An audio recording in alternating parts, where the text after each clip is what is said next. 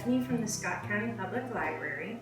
Thank you for joining me for today's Cooking Tips and Kitchen Hacks with Stephanie. So today we're going to explore the simple but mighty onion. We're going to learn about different types of onion, what sort of dishes that they pair really well with. I'll also talk to you about why cutting onions can get you a little bit weepy sometimes and give you some tips on lessening this crying effect of the onion.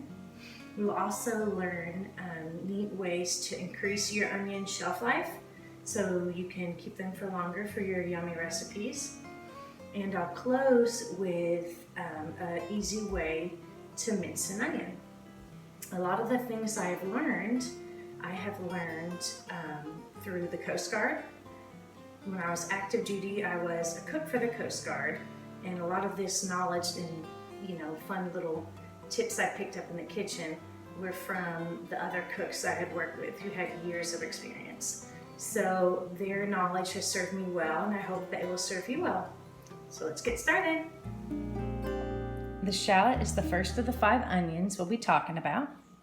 I like to call the shallot the subtle and subdued onion. They're wonderful for garnishes and vinaigrettes. Next up is the sweet onion. They're the best frying onion. They're great for roasted veggie dishes, gratin dishes, and also they make a wonderful onion ring. Next up, we got the red onion. They are served best raw. They're wonderful for fresh salads, to put in your guacamole dip, and to make pickled onions. Then we have the white onion. White onions are crunchy and refreshing. They're perfect for chutneys and stir-fried dishes. Last up is the yellow onion, what I like to call the all-around all-star of the onion world. They're wonderful for soups, stews, sauces, and pot roasts. So, why do cutting onions make your eyes water? When you cut into an onion, you're actually releasing an enzyme that is irritating to your eyes. Your body's natural process to fight this is to make tears to kind of wash that enzyme out.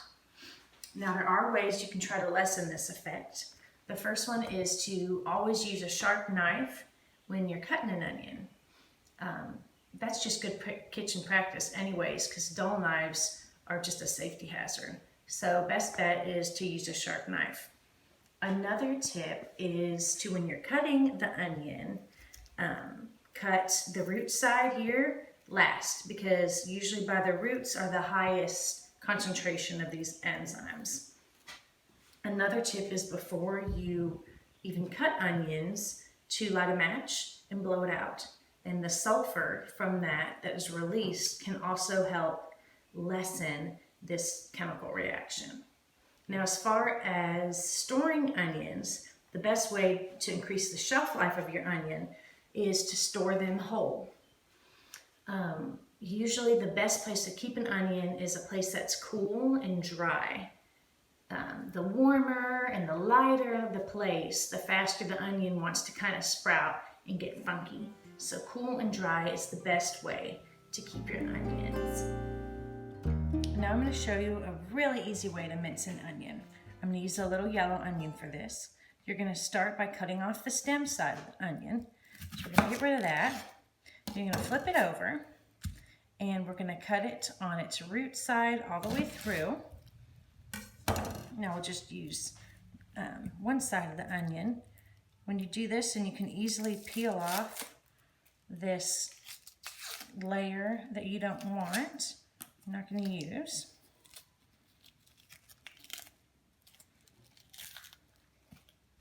Okay, so now we have half of the onion and it's ready to go. So we're going to make these incisions, these straight incisions here. You're going to cut most of the onion, but you're not going to cut all the way through the roots, because this is going to keep it together.